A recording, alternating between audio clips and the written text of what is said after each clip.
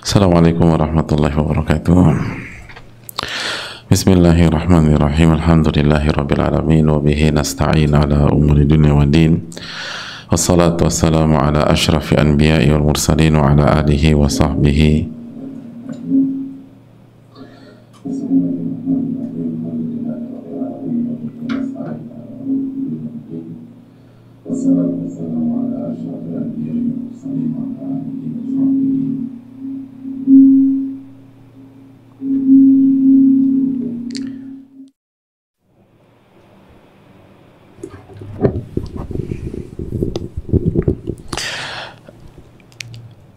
Assalamualaikum warahmatullahi wabarakatuh. Alhamdulillah nahmaduhu wa nasta'inuhu wa nastaghfiruh wa na'udzu billahi min syururi anfusina wa min sayyiati a'malina. Man yahdihillahu fala mudilla lahu wa man yudlil fala hadiyalah. Asyhadu an la ilaha illallah wahdahu la syarika lah wa asyhadu anna Muhammadan abduhu wa rasuluhu la nabiyya ba'dah. Wa nusalli wa nusallim ala nabiyina Muhammad wa ala alihi wa sahbihi ajma'in wa ba'd.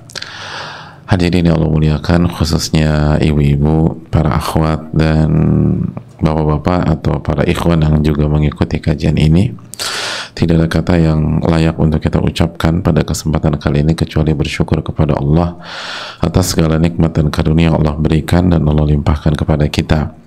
Sebagaimana salawat dan salam semoga senantiasa tercurahkan kepada junjungan kita Nabi kita Muhammadin alaihi salatu wassalam beserta para keluarga, para sahabat dan orang-orang yang istiqomah berjalan di bawah naungan sunnah beliau sampai hari kiamat kelak.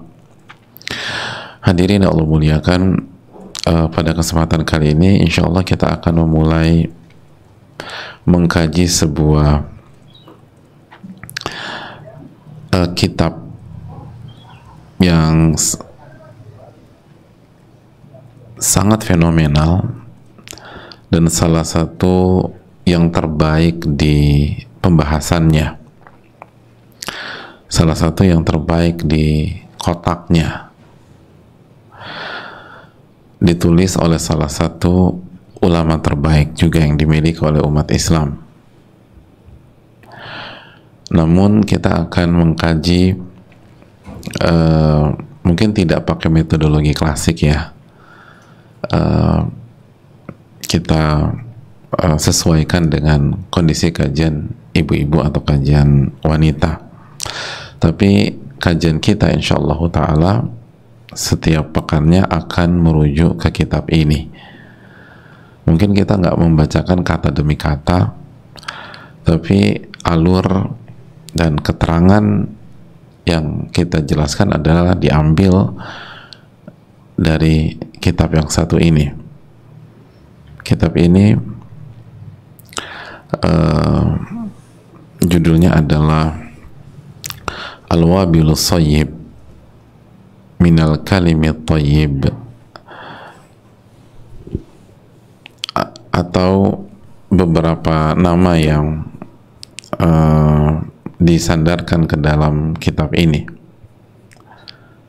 Karya siapa?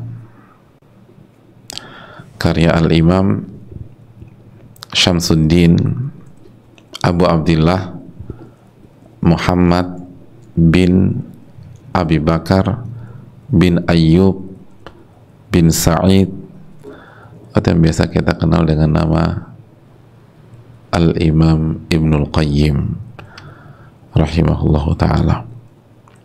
Al-Imam Ibnu Al-Qayyim. Dan sebagaimana kita katakan,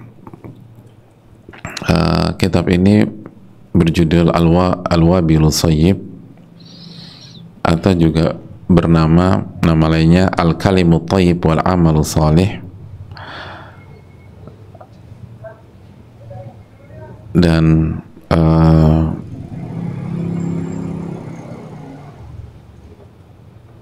ya, itulah nama kitab kita. Atau kita juga bisa mengatakan Al-Wabilus Shayyib wa Rafi'ul Kalimit Thayyib. Itu juga nama dari kitab ini. Tapi memang kitab ini terkenal dengan nama Al-Wabilus Shayyib. Al-Wabilu As-Shayyib. Ini kitab sangat luar biasa, dan kitab ini direkomendasikan oleh para ulama dari waktu ke waktu, dipuji oleh para ulama dari waktu ke waktu. Di antaranya dipuji oleh Ahmad bin Muhammad bin Ishaq, lalu juga Yusuf bin al-Husain, juga dipuji oleh Siddiq Hasan Khan, sangat terkenal nama ini, sampai juga dipuji oleh Syekh Saleh Sindi.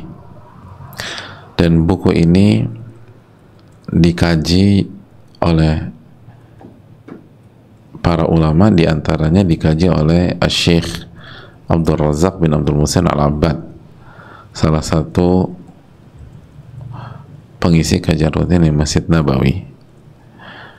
Jadi buku yang akan kita kaji sudah diakui oleh para ulama dan sudah dikaji oleh para ulama. Ini bukan karya yang nggak jelas atau yang belum terbukti, tapi ini adalah karya yang sangat luar biasa, dan sebagian ulama mengatakan ini salah satu yang terbaik di bidangnya. Dan hadirin Allah muliakan, buku ini itu risalah atau tulisan yang diberikan oleh Al-Imam Ibnul Qayyim kepada sebagian saudara-saudara beliau dan sahabat-sahabat beliau, sebagaimana yang disampaikan oleh salah satu murid beliau, Ali bin Muhammad bin Ali. Dan cukup banyak buku itu awalnya ditulis oleh ulama ke temannya atau ke sahabatnya atau ke saudaranya.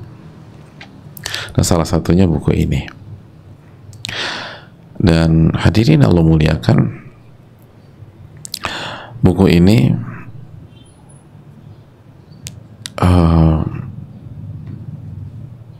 berbicara tentang beberapa hal, khususnya tentang berzikir kepada Allah Subhanahu wa Ta'ala. Berzikir kepada Allah Subhanahu wa Ta'ala. Jadi ini sangat cocok untuk kita semua, sangat dibutuhkan oleh laki-laki maupun perempuan, muslim atau muslimah. Dan karena ini kajian wanita, kita akan ambil beberapa sampel dari kehidupan ibu-ibu atau kehidupan wanita. Tapi pada dasarnya buku ini buku yang dibutuhkan oleh semua kita. Semua kita. Hadirin Allah muliakan, pada kesempatan kali ini kita akan mulai ya masuk ke buku ini, dan kita akan baca potongan-potongan dari kitab ini pelan-pelan, satu demi satu, dan semoga kita bisa menyuguhkannya dengan baik dan bisa dimengerti dengan taufik dan hidayah dari Allah Subhanahu wa Ta'ala. Mari kita mulai. Hadirin Allah muliakan,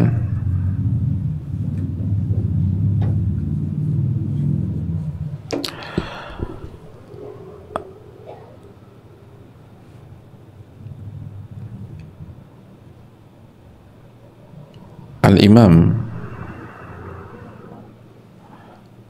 Ibnul Qayyim rahimahullah mengatakan, Bismillahirrahmanirrahim.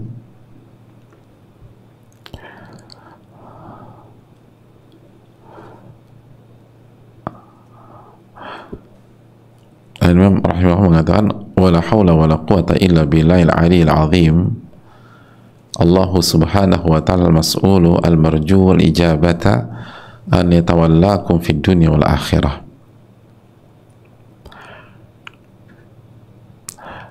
Beliau memulai dengan mengatakan tidak ada daya dan kekuatan kecuali dengan pertolongan Allah yang maha tinggi dan yang maha agung. Lihat ya para ulama itu, ibu-ibu sekalian dan para hadirin secara umum, itu memulai dengan merendahkan diri dan meninggikan Allah, mengatakan bahwa tidak ada daya dan kekuatan pada diri ini kecuali dengan pertolongan Allah yang maha tinggi dan yang maha agung. Dan inilah karakter seorang muslim dan muslimah. Ibu-ibu, rendahkan diri kita, lalu tinggikan Allah Subhanahu wa ta'ala. Jangan mengangkat-ngangkat diri dengan mengatakan serahin sama gue bisa ngerjain semuanya. Enggak. Allah buat kita hang aja semuanya berantakan. Allah pecahkan satu pembuluh darah di kepala kita, semuanya berakhir. Allah hentikan detakan jantung kita, sudah. Orang bertakbir 4 kali buat kita. Atau mungkin Allah nggak hentikan, Allah pacu detakan jantung kita, itu membuat kita nggak bisa ngapa-ngapain. Jadi memang kita ini nggak punya kekuatan, nggak punya daya kecuali dengan pertolongan Allah Subhanahu wa ta'ala. Lalu beliau mengatakan, Allah lah yang diminta, Allah lah yang diharap ketika kita berdoa. Kita berharap doa-doa kita diijabah oleh Allah, dan Allah lah yang mengurus kalian di dunia dan di akhirat. Ini penting kan? Allah lah yang kita minta, Allah lah yang kita harapkan agar harapan kita terkabul, mimpi kita menjadi kenyataan, dan Allah yang ngurus kita semua. Dan Allah lah yang memberikan kalian nikmat-nikmat yang banyak, nikmat-nikmat yang zahir dan yang batin, nikmat-nikmat yang zahir dan yang batin. Lalu kita lanjutkan, simak baik-baik, ini penting dan ini yang kita jadikan judul kajian kita. Wa an yaj'alakum mimman idza an'ama Allahu 'alaihi syakar.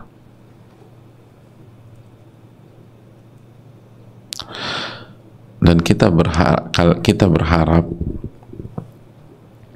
atau berharaplah agar Allah menjadikan kalian termasuk orang-orang yang kalau diberi nikmat itu bersyukur.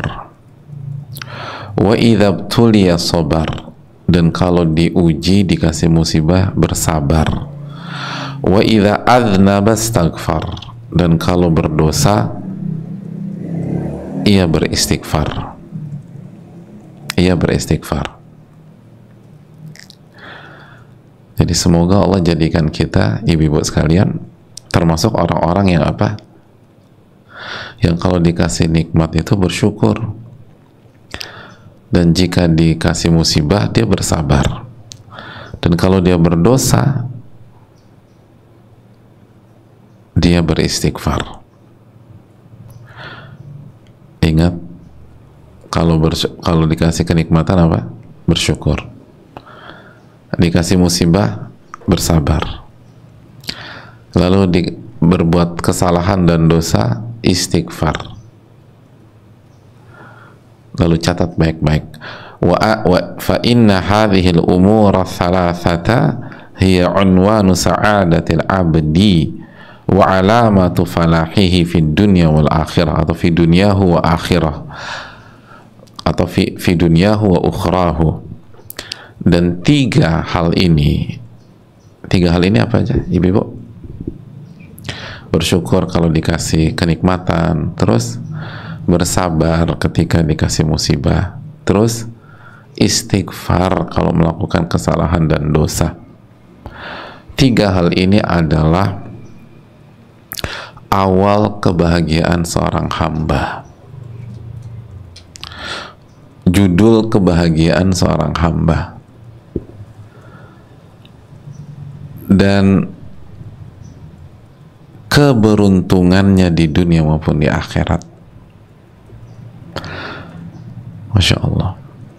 Jadi ini adalah awal kebahagiaan dan keberuntungan seorang hamba di dunia maupun di akhirat.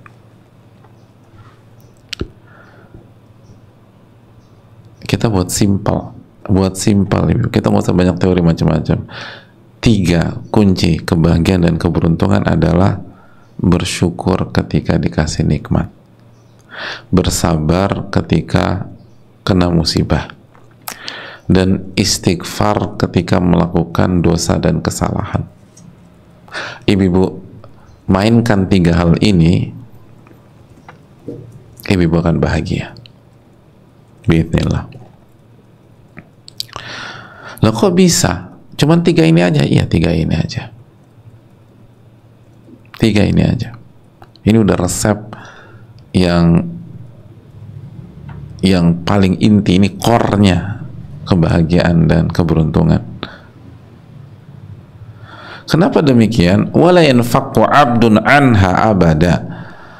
Karena seorang hamba itu nggak mungkin bisa lepas dari 3 ini. Nggak mungkin bisa lepas. Kehidupan seorang hamba itu nggak mungkin bisa lepas dari 3 hal ini: bersyukur, bersabar, dan istighfar. Bersyukur, bersabar, istighfar. Bersyukur, bersabar, istighfar. Nggak mungkin lepas, kata beliau. Sekali lagi kita langsung mendengar keterangan Ibnul Qayyim, jamaah. Ini beliau nama besar, alim, ulama. Ini udah bukan ucapan, ini kesimpulan sosok yang levelnya sudah sangat luar biasa, di antara yang terbaik yang dimiliki oleh umat Islam. Dan beliau katakan bahwa kita itu nggak bisa lepas dari bersyukur, bersabar, dan istighfar. Kenapa? Fa'innal abda da'imu taqallubi baina hadhil atbaqi thalathah. Karena seorang hamba itu hidupnya itu berkisar tentang 3 ini aja udah. Perpindahan kehidupan kita itu ke salah satu dari 3 ini. Pindah-pindah gitu aja. Episode-episode kehidupan kita itu kalau nggak dapat kenikmatan atau dapat musibah atau melakukan kesalahan gitu aja.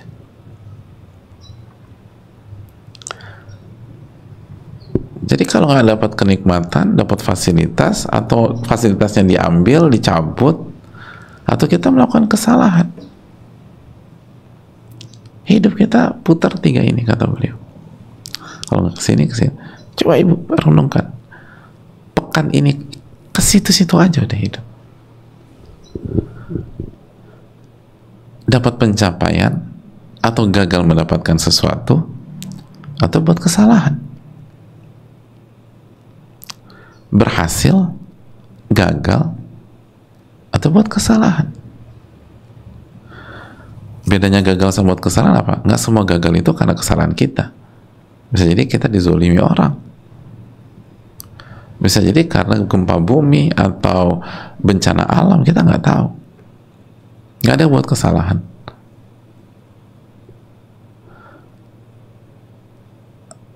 Ada orang pola hidupnya bagusnya, tidur cukup, makannya, makannya tuh bersihnya minta ampun, sehatnya luar biasa, semua diatur, setiap bulan ke dokter gizi, positif dia, sakit, dia nggak melakukan kesalahan.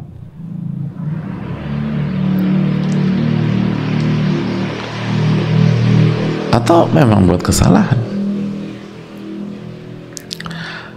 Hadirin Allah muliakan, maka kalau ingin bahagia, aktifkan 3 hal ini, jamaah. Bersyukur, bersabar, dan beristighfar. Bersyukur, bersabar, dan beristighfar. Kita yang bersyukur, bersabar, beristighfar. Fokus ke sana. Dan syaitan ingin membuat kita pecah konsentrasi sehingga lupa hal yang sangat sederhana ini. Ini kan sederhana banget ya. Mau kajiannya selesai detik ini juga udah, ini pesannya tuh ini. Tapi kenapa kita babak belur di dunia? Kenapa kita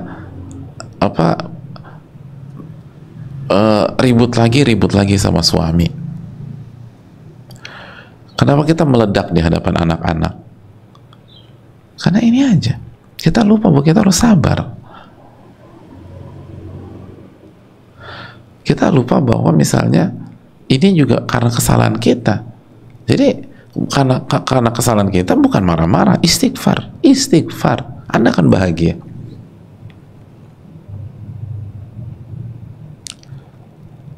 Ada banyak orang punya masalah mental health sekarang dan dia ingin bunuh diri karena dia merasa gagal, dia merasa salah, dia merasa keliru. Ini kan karena mistis ini aja. Kapan sih bunuh diri, Mbak? Tugas Mbak hanya istighfar, selesai. Istighfar, semua akan Allah selesaikan. Istighfar. Kenapa sampai nyakitin diri sendiri? Kenapa sampai ngiris nadi segala? Kenapa sampai gantung diri? Kenapa sampai loncat? Anda pengen semuanya berubah jadi lebih baik. Istighfar. Kenapa sampai aku bingung mau kemana? Ke depan salah, ke belakang salah, masuk ke dalam salah, keluar salah. Siapa yang suruh keluar masuk begitu? Ini kesalahan aku. Ya ada istighfar.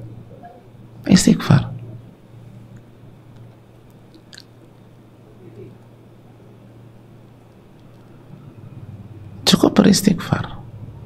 Dan kalau bukan karena kesalahan kita, sabar aja.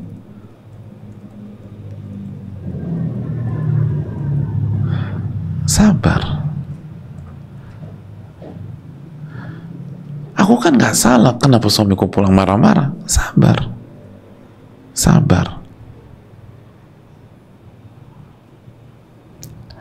Ingin bahagia di tengah suami marah-marah nggak jelas, sabar. Lalu coba lihat ibrah, pelajaran di balik kondisi tersebut, maka kita akan bersyukur. Lalu kita akui, iya sih, ini juga karena dosa-dosaku. Kita akan beristighfar. Bahagia deh, insya Allah bahagia. Dan beruntung.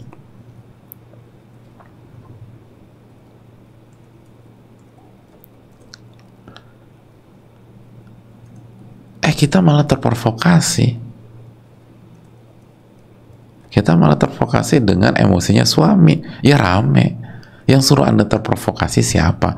Nggak ada satupun buku para ulama, nggak ada satupun hadis, dan nggak ada satupun ayat Al-Quran yang mengatakan bahwa terprovokasilah Anda akan bahagia dan beruntung. Nggak ada.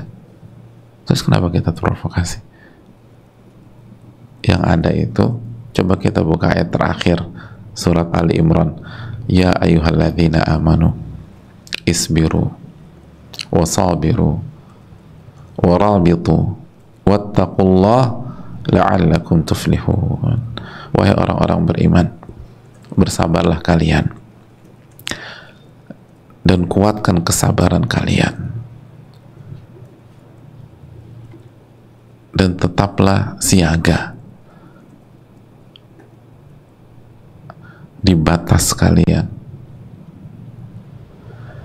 dan bertakwalah kepada Allah la'allakum tuflihun, agar kalian beruntung. Ini beruntung, suruh sabar. Siapa yang suruh terprovokasi?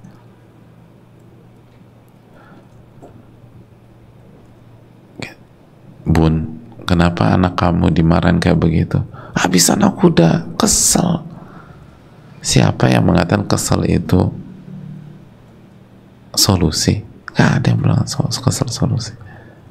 Sabar. Lalu banyak bersyukur sama Allah. Ada jutaan pasangan di luar sana itu ingin punya anak, dan dalam hati kecilnya bahagia kalau anaknya nakal-nakal sedikit, yang penting punya anak, dan berdoa siang dan malam agar punya anak. Tapi mereka nggak dikasih anak. Kamu dikasih anak, kok marah-marah terus? Bersyukurlah sama Allah. Dan terbukti marah-marah nggak menyelesaikan masalah.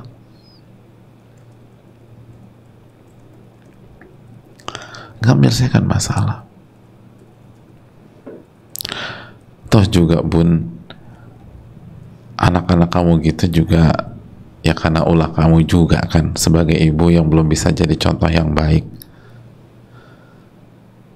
Sholat masih kesiangan, maka daripada marahin anak, istighfarlah kepada Allah Subhanahu wa ta'ala.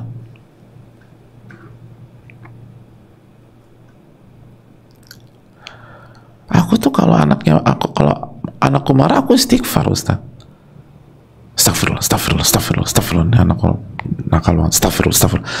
Ya gimana istighfar? Dari muka aja udah gak cocok sama istighfar. Muka sama hati aja beda tuh. Istighfar itu ngaku bahwa ini kesalahan kita. Istighfar itu minta agar Allah tutupin dosa-dosa kita. Istighfar itu artinya minta kepada Allah jangan sampai Allah memberikan dampak buruk dari dosa-dosa kita. Jadi muka juga harus tahu diri, ngarep sama Allah. Kenapa jadi kencang begitu tuh urat-urat? Nggak cocok. Ini konsep bener deh jamaah. Udah pegang, bersyukur, bersabar, istighfar. Mainkan ini. Coba terapkan seminggu ini deh. Dan seminggu ini dipastikan, kata Ibnul Qayyim, itu nggak akan keluar dari 3 kondisi. Kalau nggak kita dapat nikmat, kita dilancarin sama Allah, kita dapat fasilitas, atau kita dapat musibah, kita lagi ada punya masalah, keluarga kita, suami kita marah-marah misalnya, atau misalnya rencana pernikahan kita tiba-tiba dibatalkan sepihak, misalnya yang lagi mau nikah nih, atau kita melakukan kesalahan, ya udah syukur, sabar, istighfar. Syukur, sabar, istighfar. Habis kajian dapat WA dari asisten rumah tangga kita, mohon maaf ya Bu, aku nggak jadi balik pekan ini, insya Allah 2 pekan lagi. Kepancing. Emangnya kita butuh apa aja sama dia? Udah aku mau balas, mendingan nggak usah balik lagi ke sini sekalian. Lu tenang aja mas, tenang aja. Ingat tadi, syukur, sabar, istighfar. Memang berat ketika asisten rumah tangga menunda kepulangannya, tapi kalau mau beruntung dan bahagia, sikapinya bukan dengan marah-marah, bukan dengan emosi, tapi dengan sabar. Dengan sabar. Lalu kita ngeliat sisi lain, oh mungkin ini cara Allah, atau insya Allah ini cara Allah untuk melatih saya, buat saya lebih sigap lagi, lebih multitasking lagi. Bersyukur. Bisa bersyukur tuh. Ya sih, kalau apa-apa asisten rumah tangga, apa-apa si bibi, aku nih jadi manja. Dengan demikian skill aku terasah lagi, senang ya, alhamdulillah. Atau juga mungkin bibi agak males pulang gara-gara aku suka cemberut sama beliau, suka marah-marah sama beliau, suka galak sama beliau. Astagfirullah, astagfirullah, istighfar deh. Itu lihat deh, minggu ini kita happy, insya Allah kita bahagia, kita bahagia, kita bahagia jemaah. pokoknya syukur, sabar, istighfar. Dapat hal yang enak, bersyukur. Ada masalah, sabar.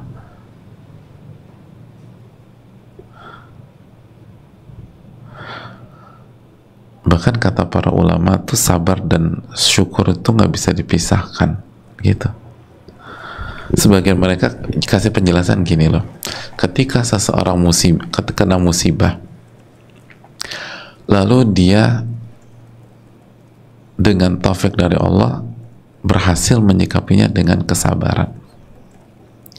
Saya ingin tanya sama ibu-ibu, berhasil menjadi ahli sabar,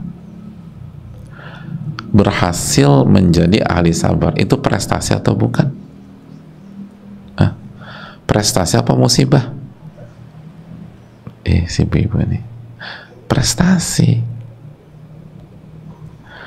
Bisa melewati masalah dengan kesabaran, tidak terprovokasi ketika suami marah besar, padahal nggak jelas juga apa yang mau dimarahin, ya ego laki-laki aja. Ketika suami bentak kita atau hardik kita atau suara tinggi, alhamdulillah kita bisa sabar, kita nggak terpancing. Baru setelah suami pergi kita mikir, Masya Allah ya tadi ya, biasanya aku tuh udah ngejawab tadi, biasanya aku udah histeris, biasanya aku lebih tinggi lagi suaranya daripada suamiku. 3 bulan yang lalu aku masih banting handphone, masih ngamuk-ngamuk, tapi tadi alhamdulillah Allah kasih kekuatan aku bisa sabar. Nah, itu berarti prestasi atau kegagalan, keberhasilan atau keterpurukan, nikmat atau musibah. Kita semua sepakat itu nikmat, itu prestasi, itu pencapaian. Nah, kalau dikasih kenikmatan, berhasil menorehkan prestasi, berhasil mendapatkan titel ahli sabar, berarti kita harus bersyukur atau bersabar? Bersyukur. Jadi di balik sabar itu ada syukur ternyata, jamaah. Menarik ya. Makanya Ibnu Qayyim mengatakan hidup manusia itu nggak bisa lepas dari syukur sama sabar, udah nggak bisa lepas. Ternyata aku lebih matang ya. Ya Allah, alhamdulillah, ya Allah, alhamdulillah. Bersyukur. Kenapa? Karena Allah jadikan dia wanita jauh lebih matang daripada sebelumnya.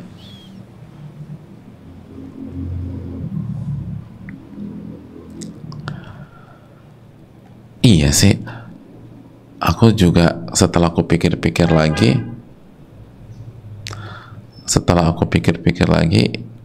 ini juga karena dosa-dosa dan kesalahanku juga. Jadi aku istighfar, astagfirullah, astagfirullah. Nah, saya ingin tanya jamaah, ibu-ibu khususnya, kemampuan melihat sebuah masalah yang di masalah tersebut kita terzolimi, di masa tersebut kita terzolimi, tapi kita bisa melihat bahwa sebenarnya itu pun ada andil dosa dan kesalahan kita. Maka alih-alih kita dendam, kita lebih memilih istighfar. Nah, punya kemampuan berpikir seperti itu kenikmatan atau musibah ya? Kenikmatan. Itu kedewasaan, itu kematangan dalam berpikir, itu value yang sangat tinggi. Nah, kalau Allah kasih kita itu, respon kita seperti apa hadirin? Bersyukur. Ya, berarti di balik istighfar ada rasa syukur. Karena susah loh orang bisa melihat sebuah kezoliman yang menyerang dirinya, ternyata ada andil dosa-dosa dia walaupun tidak secara langsung. Hanya orang-orang besar yang bisa berpikir demikian. Hanya orang-orang yang punya kematangan, hati yang bersih, jiwa yang mutmainnah, yang bisa melihat seperti itu. Dan ketika Allah berikan kita kemampuan demikian, maka itu adalah kenikmatan yang menuntut rasa syukur kepada Allah. Susah loh. Suami marah itu, kita mikirnya ini juga karena kesalahan saya. Buat apa marah sama suami? Lebih baik saya beristighfar kepada Allah. Astagfirullah wa atubu ilaih. Ya Allah, tutup kesalahan saya, jangan sampai ada dampak negatif. Alhamdulillah nggak marah ya, alhamdulillah lebih tenang ya. Maka saya harus banyak bersyukur sama Allah dikasih kemampuan seperti ini. Wih, benar deh, ini itu 3 kiat bahagia dan keberuntungan. Dan lihat, hidup kita akan beruntung. Allah yang jamin orang yang sabar itu kehidupannya pasti beruntung. Orang yang sabar kehidupannya pasti beruntung.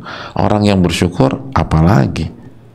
La in syakartum la azidannakum, jika kalian bersyukur aku akan tambah nikmat kalian. Surat Ibrahim ayat 7. La in syakartum la azidannakum.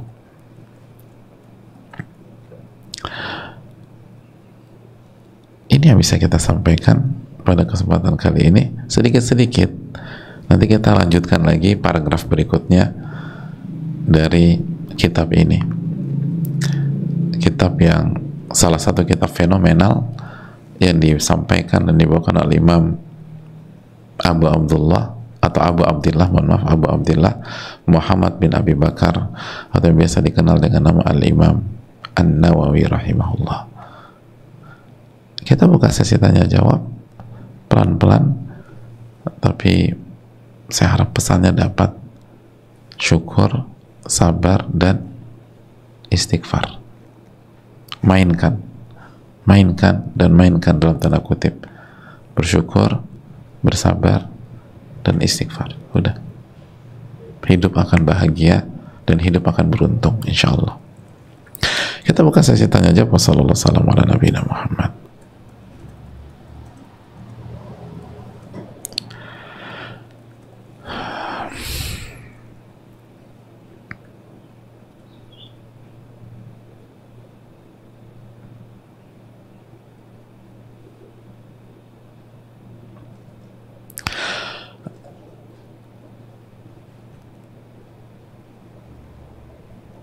Tadi saya bilang Imam Nawawi ya, Ibnul Qayyim, mohon maaf, Ibnul Qayyim ini kebiasaan Riyadhus Shalihin. Muhammad bin Abi Bakar adalah Ibnul Qayyim, Yahya bin Syaraf adalah Imam Nawawi. Ya, kita mulai. Assalamualaikum warahmatullahi wabarakatuh. Waalaikumsalam warahmatullahi wabarakatuh. Semoga Allah melindungi, merahmati Ustadz, keluarga, tim, dan seluruh kaum muslimin. Amin ya rabbal alamin. Dan jangan lupa doakan Al-Imam Ibnul Qayyim, karena kita mulai sekarang dapat mutiara hikmah dari beliau rahimahullah.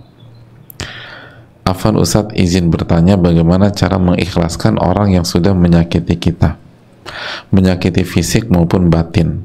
Terkadang ada rasa mau membalas, tapi hati kecil selalu bilang buat apa, hanya sia-sia.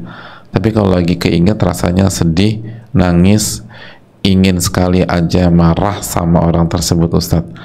Tapi dasarnya saya juga tidak bisa marah, paling saya suka nulis status yang membuat dia sadar Ustadz. Jazakallahu khair atas ilmu dan jawabannya. Ini kuncinya. Dendam itu nggak membuat kita beruntung dan nggak membuat kita bahagia. Yang membuat kita beruntung dan bahagia adalah bersyukur, sabar, dan istighfar.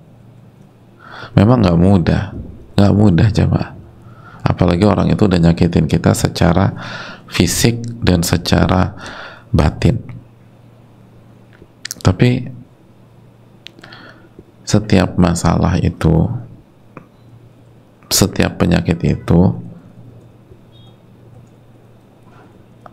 dicari obat yang mujarab dan tepat gitu loh. Dicari obat mujarab dan yang tepat. Dan obat sakit hati itu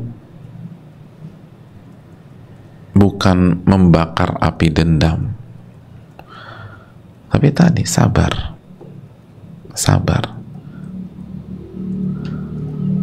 Lalu cari ibrah, sehingga ketika kita dapat ibrah dan pelajarannya, kita akan bersyukur. Bukan hanya sabar, kita akan bersyukur. Lalu kita ingat-ingat lagi, jangan-jangan ini juga karena dosa-dosa saya, jadi kita beristighfar kepada Allah. Gitu hadirin.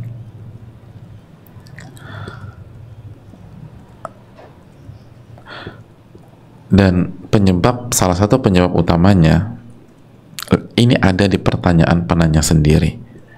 Saya ulangi ya. Tapi kalau lagi keinget rasanya sedih, nangis, dan ingin sekali marah sama orang tersebut, ini penyakit. Ini yang dikatakan Ibnu Aun. Masih ingat ucapan Ibnu Aun? Dzikrun nas da, mengingat manusia, mengingat makhluk itu penyakit. Wa dzikrullahi dawa, dan obatnya adalah mengingat Allah Subhanahu wa ta'ala. Obatnya jadi yang buat kita dendam, sakit hati itu karena kita nginget-nginget makhluk. Nah, siapa yang suruh kita nginget-nginget makhluk hadirin? Kita tuh disuruh nginget Allah. Disuruh nginget Allah. Jadi coba ganti dari nginget makhluk ke nginget Allah Subhanahu wa ta'ala.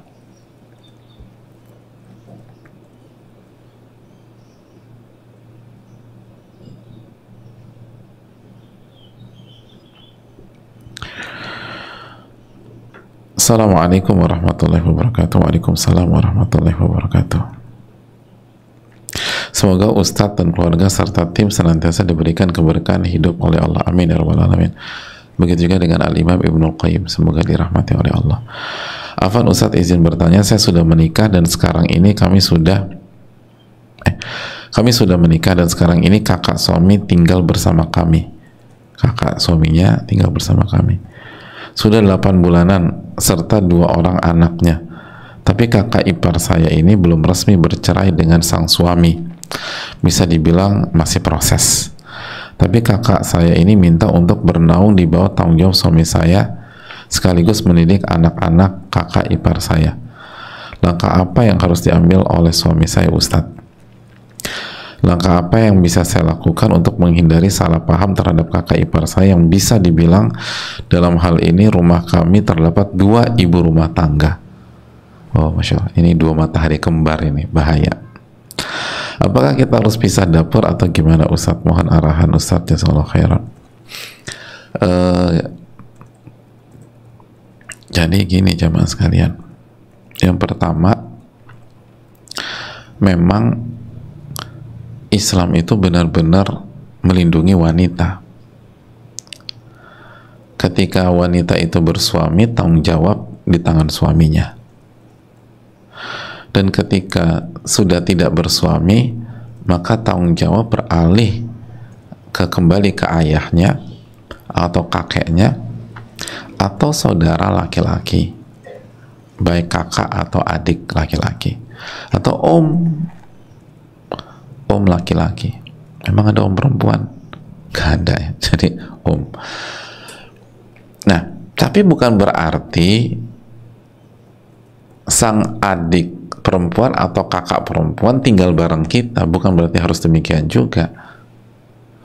Sebagaimana bukan berarti nggak boleh ya. Jadi kakak atau adik laki-lakinya yang menafkahi, tapi tetap di rumah masing-masing kan bisa. Coba disewakan rumah, dipenuhi kebutuhannya, tapi tetap privasi terjaga. Kecuali kalau semua sama-sama ridho, semua sama-sama ridho. Dan kalau kita lihat konteks pertanyaannya, berarti kan ini rumah penanya dan suaminya ya.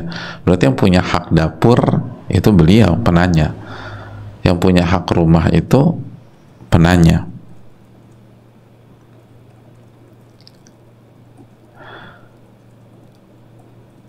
Maka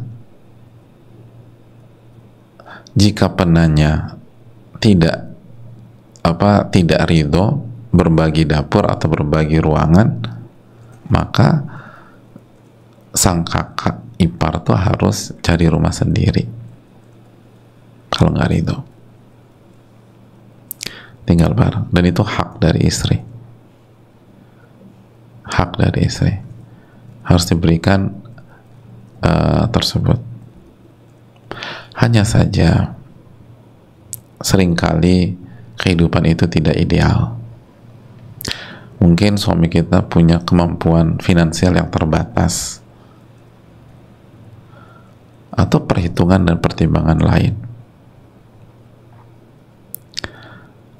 Yang terbaik adalah memudahkan kondisi tersebut, walaupun konsekuensinya kita harus merelakan hak kita, harus menanggalkan hak kita. Karena salah satu mental orang-orang beriman adalah memudahkan masalah, bukan memudah-mudahkan ya, memudahkan solusi, memudahkan kondisi. Nabi SAW bersabda, yassiru wala tu'assiru, permudah dan jangan persulit. Itu mental orang beriman tuh harus mudahin orang, mudahkan kondisi, nggak terlalu ketat nuntut haknya, mudahkan aja, mudahkan selama tidak haram dan tidak tidak melalaikan hak pihak lain gitu loh.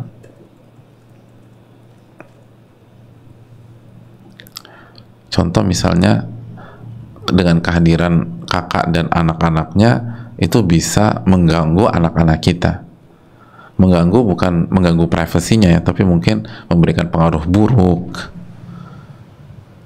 Kita udah disiplin, tiba-tiba datang anak-anaknya bisa nggak disiplin, jadi ngerocakin lagi. Itu kita mungkin bisa tegas di sana. Tapi kalau semua hak terpenuhi, lalu memang mungkin yang lebih mudah kakak tinggal di sini dulu. Ya udah, permudah aja, permudah. Nanti berkah deh. Al jaza min jinsil amal, balasan itu tergantung jenis perbuatan. Kalau kita mudahin orang, apalagi kakak ipar kita sendiri, maka insya Allah akan mudahkan hidup kita. Dan kan mudahkan suami kita juga, ini juga bukan tentang kakak ipar kita, ini kan tentang suami kita. Kan mau nggak mau kan beban di suami kita. Jadi kita sebagai istri tuh mikir, suami saya udah capek, udah banyak jasanya kepada saya, udah ngelindungin saya selama ini. Nah, sekarang bagaimana saya memudahkan kondisi dan menyimpulkan masalah sehingga suami saya ini nggak terbebani lagi, nggak riuh lagi, dan bisa lebih fokus ke hal-hal yang lebih produktif. Udah pokoknya bereslah, beliau di sini aja. Kalau perlu dapurnya beliau pegang, aku mah ikut-ikut aja lah. Jadi perlu ada statement-statement begitu. Jangan sampai nanti suami kita ribet melerai perebutan dapur gitu loh. Orang mah perebutan bendera, ini perebutan dapur antara istrinya dan kakak atau adiknya. Jangan sampai demikian lah. Jangan sampai kita ribut gara-gara dunia. Wallahu ta'ala misal, mungkin itu.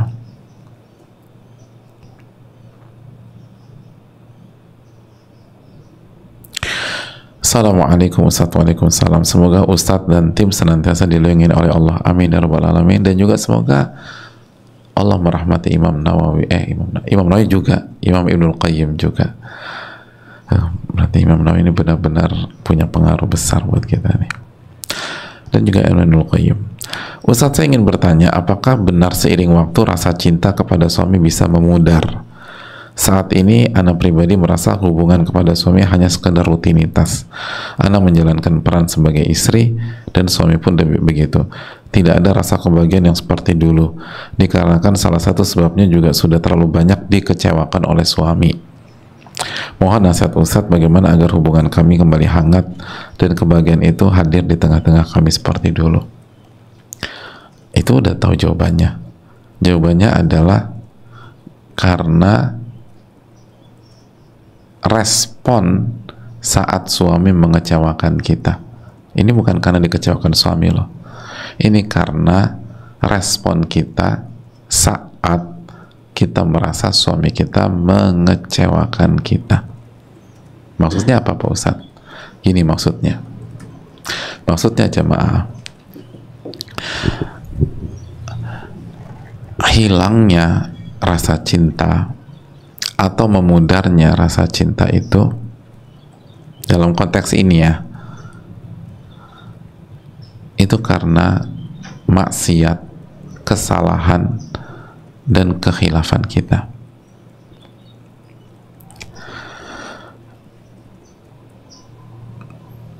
Kepada Allah Subhanahu wa Ta'ala yang utama, bukan karena perilaku suami, bukan. Karena hati itu di antara dua jemari Allah, jemaah. Inna quluba bani Adam baina usbu'aini min asabi'ir rahman. Hati seorang anak Adam itu ada di antara dua jemari Allah. Allah bolak-balikan sesuai dengan apa yang Allah kehendaki. Yuqallibu kaifa sya'. Allah bolak-balikan sesuai dengan apa yang Allah kehendaki. Jadi Allah bisa cabut rasa cinta, Allah bisa pudarkan, sebaliknya Allah bisa tambah rasa cinta tersebut.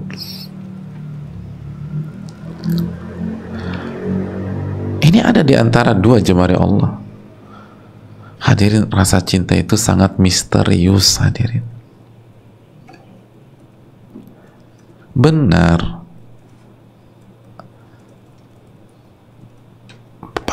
cinta itu bisa tumbuh dengan diperhatikan, dipuji, diberi hadiah, dikasih sesuatu.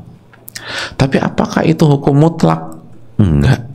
Ada banyak kasus di luar sana, itu suaminya udah berusaha menyenangkan dirinya, tetap aja dia nggak cinta. Bahkan bisa jadi sebagian wanita cinta sama suami orang, padahal suami udah berusaha ngasih sana ngasih sini. Dia bukan hanya nggak mencintai suaminya, tapi dia mencintai laki-laki lain. Na'udzubillah tsumma na'udzubillah. Dan itu kan dosa. Kita tersiksa, dan itu tersiksa kita.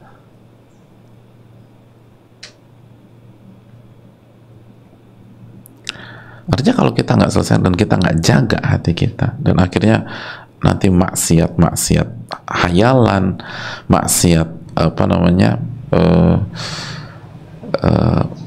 fantasi, kan jadi dosa, jemaah. Dan sebaliknya, kita lihat ada banyak wanita itu suaminya zolim, suaminya nggak amanat, suaminya nggak kasih apa-apa buat dia, nggak dididik, nggak dikasih nafkah, dia harus kerja sendiri, tapi tetap aja cinta mati sama suaminya. Ada nggak kasus begitu? Banyak, jemaah, banyak.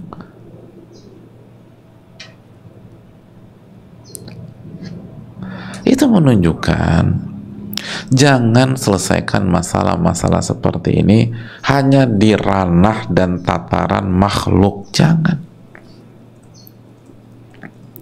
Kalau kita ingin cinta kita kepada suami kita tumbuh kembali, bersemi kembali, maka perbaiki hubungan kita dengan Allah. Itu poinnya. Perbaiki hubungan kita dengan Allah. Karena Allah yang bolak-balikan hati kita. Perbaiki ibadah kita, doa kita, dan jauhi maksiat. Maksiat, salah satu bahaya maksiat itu, hadirin, itu bisa memudarkan rasa cinta. Bisa memudarkan rasa cinta dan menghilangkan rasa cinta. Wallahu ta'ala alam bisawab.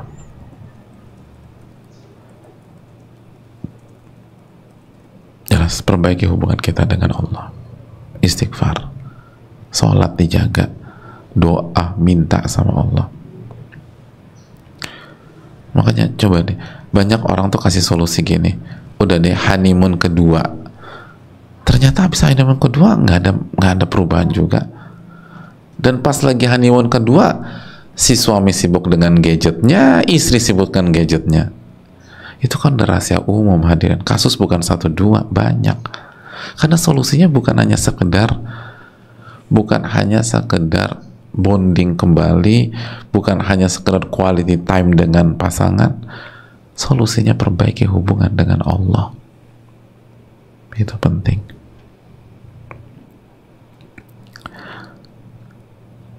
Assalamualaikum warahmatullahi wabarakatuh. Waalaikumsalam warahmatullahi wabarakatuh. Ustadz, keluarga, tim muhajir, serta seluruh kaum muslimin yang semoga Allah beri keberkahan dan kesehatan, amin ya rabbal alamin. Dan semoga Allah merahmati Al-Imam Ibnul Qayyim dan penanya, tentu saja semua penanya. Sebelumnya saya mau mengucapkan taqabbalallahu minna wa minkum, amin amin. Taqabbalallahu minna wa mink. Juga terima kasih banyak atas segala ilmu yang sudah Ustadz sampaikan. Bismillah, semoga menjadi ilmu yang bermanfaat untuk kita semua dan menjadi amal yang bermanfaat untuk Ustadz, amin ya rabbal. Semoga Allah terima ya, dan semoga bisa kita amalkan. Ustadz, jika Allah mencintai kita, sudah pasti kita mencintai Allah dengan kecintaan yang jujur. Lalu bagaimana kita bisa mengetahui bahwa Allah mencintai kita? Terima kasih banyak Ustadz, jazakallahu wa iyyakum. Yang paling tepat menjawab ini itu langsung kembali ke firman Allah. Masih ingat firman Allah dalam hadits qudsi, wa idza ahbabtuhu, dan kalau aku mencintai hambaku, kuntu sam'ahu alladhi yasma'u bih, aku akan menjaga pendengaran, aku akan menjaga telinganya yang dia gunakan untuk mendengar, wa basarahu alladhi yubsiru bih, dan aku akan menjaga matanya yang dia gunakan untuk melihat, wa yadahu allati yabtishu biha, dan aku akan jaga tangan yang dia gunakan untuk beraktivitas, wa rijlahu allati yamshi biha, dan aku akan jaga kakinya yang dia gunakan untuk melangkah. Jadi kalau ingin tahu Allah tuh sayang dan cinta sama saya nggak ya, lihat aja telinga kita dijaga nggak sama Allah. Kalau kita masih suka dengerin yang haram, berarti itu indikasi kita harus memperbaiki hubungan kita dengan Allah. Karena kalau Allah udah cinta sama kita, itu telinga dijaga, telinga dijaga, mata tuh dijaga, jamaah. Allah jaga mata kita, tangan tuh dijaga. Aku tuh masih suka nyubit-nyubit anak deh Pak Ustadz, padahal harusnya sih nggak boleh. Itu berarti evaluasi hubungan kita dengan Allah. Lalu kaki itu dijaga. Aduh, aku tuh masih suka ke tempat-tempat yang syubhat, yang haram, nggak jelas begitu. Itu berarti kaki nggak dijaga. Aku udah punya list belanjaan nih Pak Ustadz, dan dari list itu waktuku di mall atau di pasar atau di pusat perbelanjaan itu cukup 1 jam. Nih kaki nih Pak Ustadz ngelihat barang bagus, mampirlah ke butik A. Nih kaki mampirlah ke butik B. Nih kaki ngelihatlah outlet A, lihatlah outlet B. Akhirnya 3 jam di mall Pak Ustadz. Itu berarti kakinya nggak dijaga.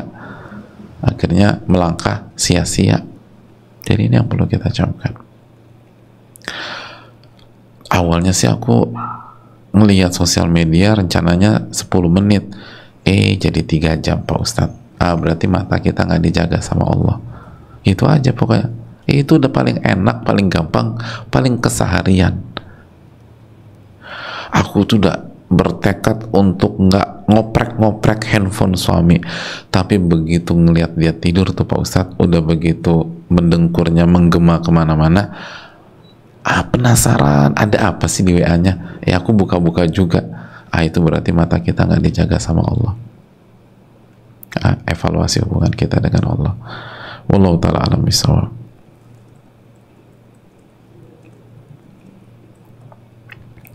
Assalamualaikum warahmatullahi wabarakatuh. Waalaikumsalam warahmatullahi wabarakatuh.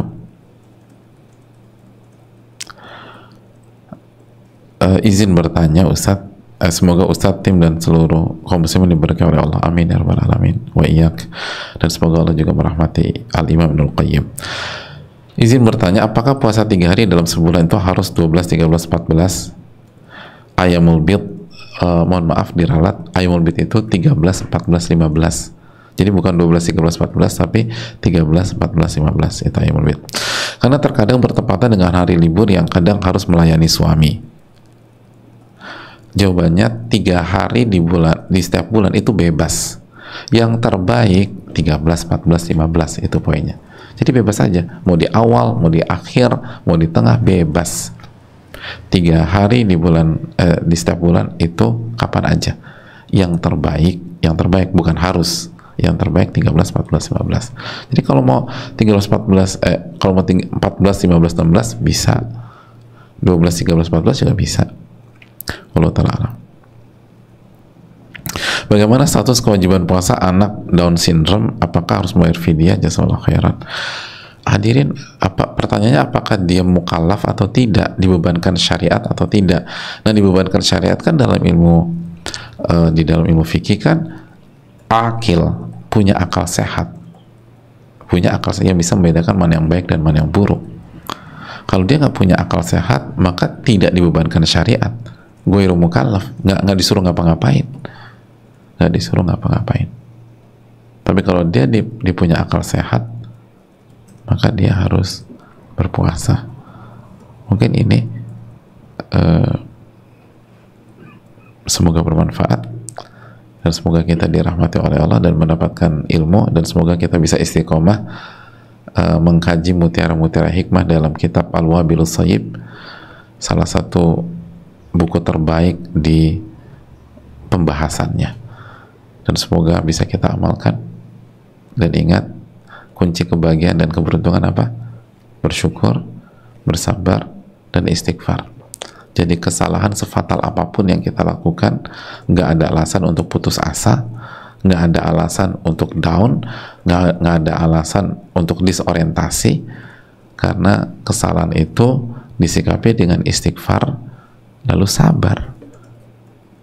Dan nanti kita lihat Allah akan merubah kondisi kita. Ini yang bisa dipastikan.